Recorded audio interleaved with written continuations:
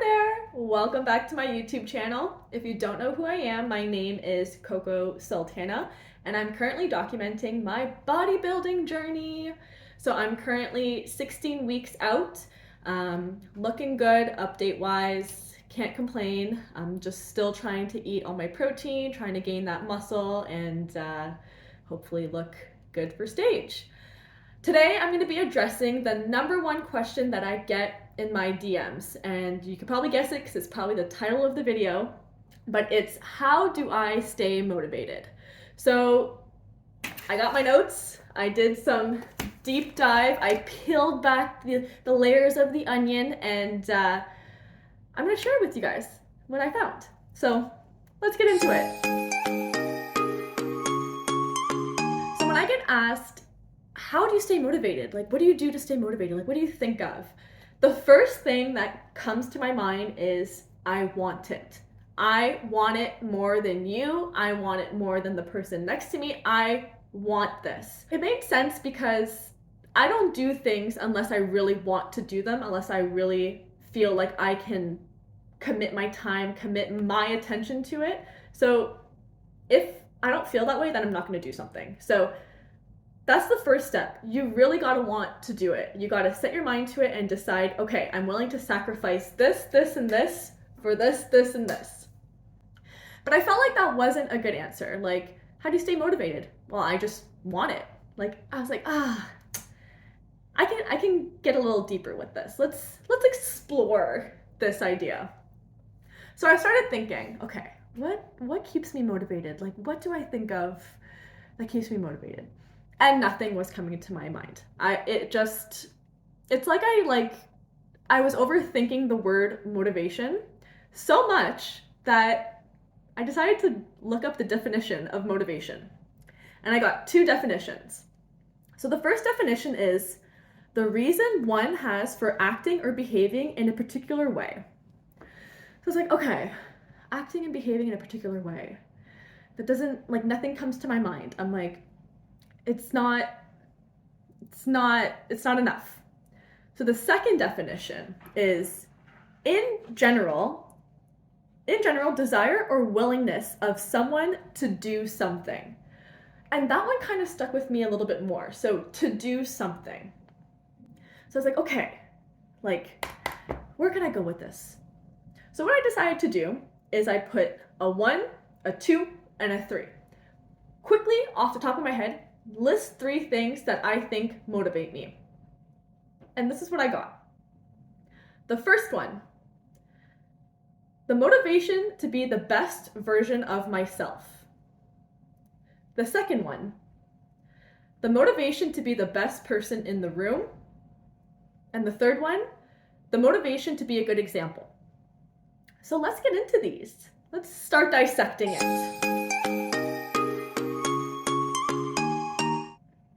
So the first one, the best version of myself. What does that mean? So that means, to me, health-wise, so the way that my body is functioning, I want it to be the best.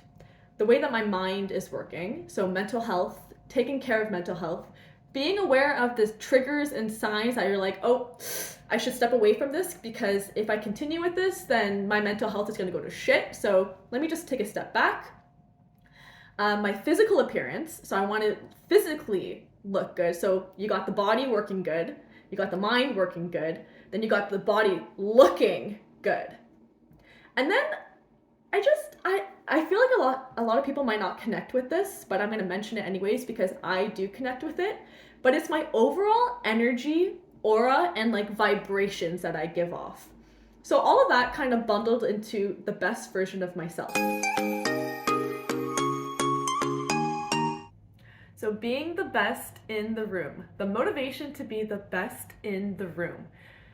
I know the title sounds like I'm a little bit full of myself, but let me explain.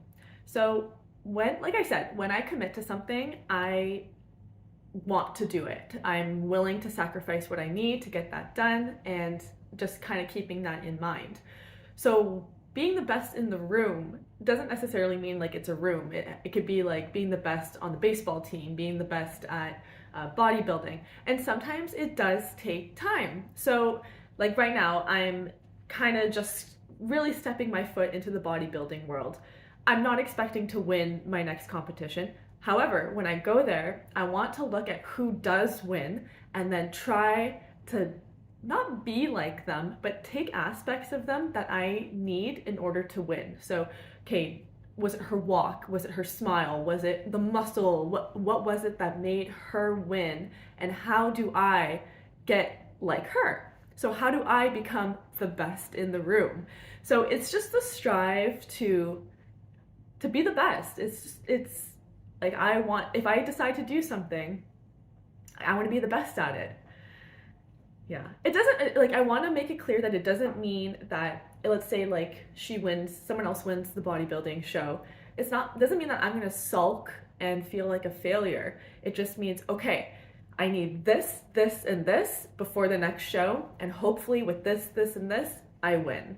If it doesn't happen, then hey, okay, I need this, this, and this, plus this to win. So it's just trial and error and striving to be the best in the room, best version of yourself, just wanting to do well at what you do. So for my final point, the motivation to be a good example or just be an inspiration to girls that want to get muscular and want to get strong in the gym. Like, you don't have to be this delicate little princess anymore. Like, you can be your own knight, you can save the day, you can be the hero of your own fucking story. Growing up, I was the only girl at the gym. All the other girls were on the treadmill. I was the girl lifting weights. When I was in university, I would walk past all the girls on the fucking treadmill to go and do the squat racks. There'd be girls that are like, oh my God, I'm so scared to go over there. I don't want to go over there. All the guys are there. Now, so present day, the amount of girls in the gym lifting with their, like, trying to get bigger shoulders, trying to get bigger arms, like, trying to get bigger legs, like, it's fucking beautiful. Like, there's this taboo version, or this taboo idea that, like, women can't be muscular. If you're muscular, you look like a man. Well, if you look like a man, then maybe your man isn't that fucking manly, right? Like, it's such a taboo. I just, thinking about it, like, really pisses me off, because you look strong doesn't mean you have to look like a man. Like, you're allowed to be muscular. You're allowed to do chin-ups. You're allowed to do pull-ups. Like, you can be strong. It's okay nowadays. And I think it's something that's completely new, especially, like, from someone that has been in the gym for so long and seeing the evolution of, like, women in the gym going from just on the bike and on the treadmill trying to watch their calories and stuff to full-blown grunting and, like, lifting those weights. Like, it's just a beautiful thing. I love seeing strong women. It's just, I don't know, I love it. The other reason I want to be an overall good example is, now that I'm posting more on social media and I'm seeing, like, I'm following these influencers, these fitness influencers, a lot of shit is fake, okay? It's not always real. 3 things that I'm kind of seeing, and the 3 things does not mean that they are bad people. It doesn't mean what they're doing is bad, but there's 3 things that I've noticed in the fitness world that nobody really talks about. So the amount of influencers that edit their photos is ridiculous. Zoom in on the picture. She has a big butt, zoom in. You'll see that it's maybe not real. They all have money to get these procedures done. Like, there's a fitness influencer that got a BBL and then she's telling people how to get a bigger butt. Like, honey, you paid for it. Like, don't tell young girls, like, yeah, if you do 100 squats a day, you're gonna get a butt like mine. Like, no, the doctor gave that to you. Like, don't believe everything you see. The newest thing that I've had to acknowledge it, especially in the bodybuilding world, is not all of them are natural. And it's a really hard concept for me to wrap my head around, because I see these professional bodybuilders and I don't know who is on what, I don't know. But I know and I have heard that some of them are not all natural.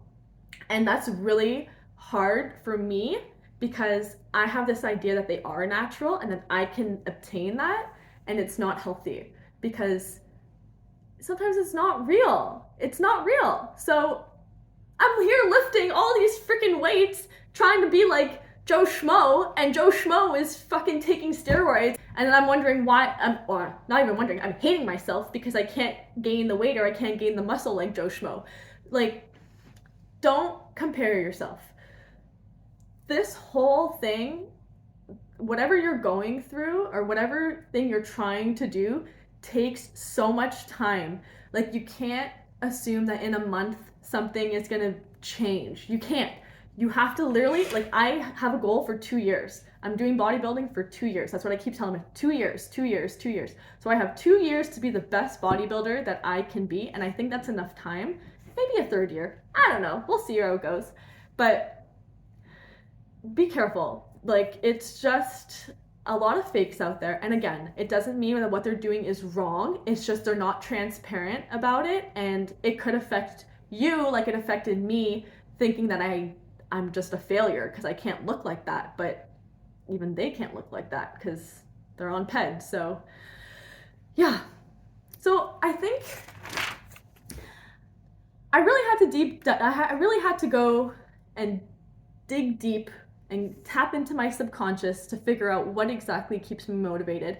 But I think what I mentioned, so the three, being the best version of myself, being the best in the room, and just being an overall good example, I think those three, like if I were to put them on a log and set them on fire, like that's kind of what's fueling like the flame under my ass. Like it's those three things, like just being the best version of myself, best in the room, overall good example.